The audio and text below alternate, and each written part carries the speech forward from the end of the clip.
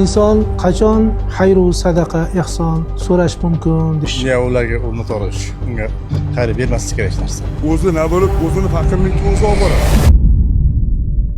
Avvaldan ham va hozirgi kunda ayni dolzarb bo'lib turgan mavzu. Ijtimoiy tarmoqlarda, ko'cha-kuyda holatlarni ko'rib, achinib, siz yaxshilik qilmoqchi bo'lib, qilayotgan ehsonlaringiz ayni xayrli ishlarga sarflanyaptimi?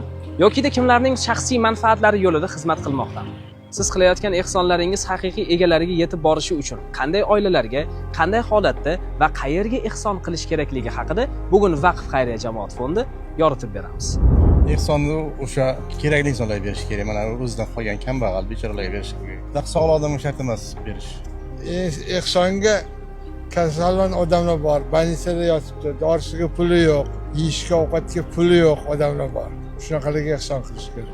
Nogironligi bor insonlar, oilasi turmushdan qiynalayotgan inson, uy joylardan qiynalayotgan insonlar bor. Avval o'zimda yaqinlarimga kimga muhtoj bo'lsa shularga, keyin ortganiga begonalarga. Endi kasb qilib olganlarchi, kuniga daromad manbaiga aylantirib qo'yganlarchi shu ishni. Ya ularga unutorish, unga xayr bermaslik kerak narsa. Chunki ular ishlasin, yoshi hali. O'tib qolgan bo'lsa tushunaman, nogiron bo'lsa tushunaman, lekin hatanasi butun bo'lib turib ehson so'rash bu noto'g'ri narsa. Yo'q, sadaqani masalan kasb qilgan odamlar o'zi nima bo'lib, o'zini faqirlikka o'zi olib boradi. O'zini shu holatga o'zi solib qo'yadi. Rasmiy bo'lgan ehson qiluvchi tashkilotlarga murojaat qiling. Albatta ko'chada turganingizda yosh bolachalar kelishadi, tilamchilik qilishadi. Aslida buni ortida katta biznes turgan ehtimoli juda ham katta. Muhtojlar unaqa ko'p chiqishmaydi. Shunaqa. Muhtoj odamlar orqaladi, uyalashadi. Ammo o'ziga to'qlar, shunaqa ko'chada yurib shunaqa kasb qilganlar qilishi mumkin. Shunaqa qilishadi. Bismillahirrohmanirrohim. Alhamdulillahi robbil alamin. Vassalatu vassalamu ala rasulihi Muhammadin va alihi va sahbihi ajma'in. Ammo ba'd, assalomu alaykum va rahmatullohi va barakatuh. Dinimiz ko'rsatmalarida ma'lum bo'ladiki, inson qachon o'zgalardan xayru sadaqa ehson so'rash mumkin degan masalada ulamolarimiz aytadilarki, inson eng zaruriy holatda, misol uchun yeyish uchun, ichish uchun, mana shunday holatda qiynalib qolganda va ayni paytda buni o'zi kasbi bilan, mehnati bilan topish imkoniyati bo'lmaydigan bir ojiz holatidagina bir kunlik o'sha yeydigan, ichadigan ehtiyojini qondiradigan darajada tilamchilik qilishi mumkin deydilar. Bundan ortiq holatda, bundan tashqari holatda, bunday zarurat bo'lmagan holatda dinimiz tilanchilik qilishlikdan mutlaq qaytaradi. Payg'ambarimiz sollallohu alayhi vasallamning hadislarida bayon qilingan, kimki insonlardan zarurati bo'lmagan holatda tilanchilik qiladigan bo'lsa, qiyomat kunida yuzining suvi bo'lmagan holatda tiriladi deydilar. Ya'ni yuzining suvi degani bu obro'si.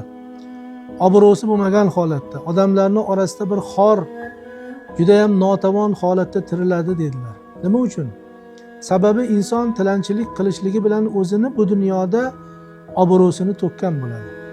Mehnat qilmasdan, mehnat qilishga qodir bo'la turib, o'zini o'zi ehtiyojini qondirish imkoniyati bo'lgan holatda mehnatdan qochib, odamlarga tilanchilik qilishlik bu juda ham og'ir holat.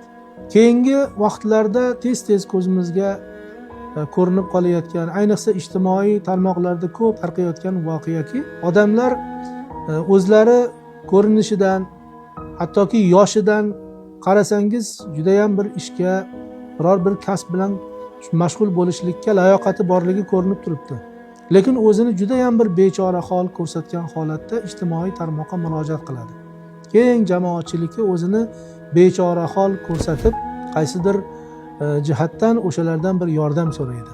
O'zini plastik kartasining raqamini tashlaydi va odamlarning unga bo'lgan o'sha rahm shafqatidan go'yoki foydalanadi va odamlar ham demak unga qaysidir ma'noda achingan bo'lib ehson qiladilar.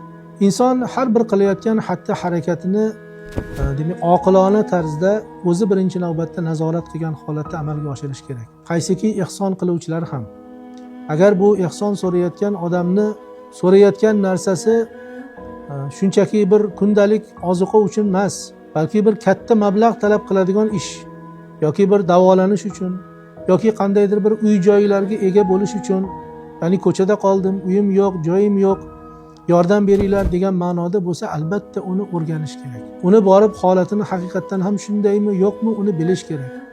Ana undan keyin ihson qilish kerak. Chunki insonlar rahm shafqat bilan unga ihson qilishi mumkin, lekin narigi tomon, tilinayotgan, so'rayotgan tomonni boqimandalikka, demak odamlarni shunday qilib aldasa bo'lar ekan.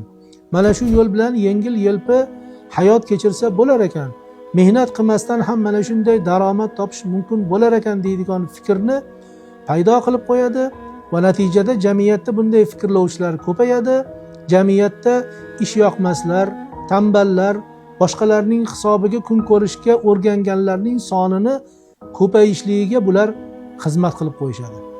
Shuning uchun ihson qiluvchilar ham birinchi navbatda zukko bo'lishliklari, har bir mana shunday firibgarga rahm shafqat ko'zi bilan qaramasdan, balki unga jiddiy munosabat bildirgan holatda qilayotgan ishlarini o'ylab, bu haq o'ringa ketyaptimi, savoblik o'ringa ketyaptimi, yoki qandaydir bir firibgar aldovchimi degan narsani o'rganmasdan, izlanmasdan, shuni haqiqatiga yetmasdan bu ihsonni qilmasliklari kerak. Biz bu yerda ihson qilishdan qaytarayotganimiz yo'q.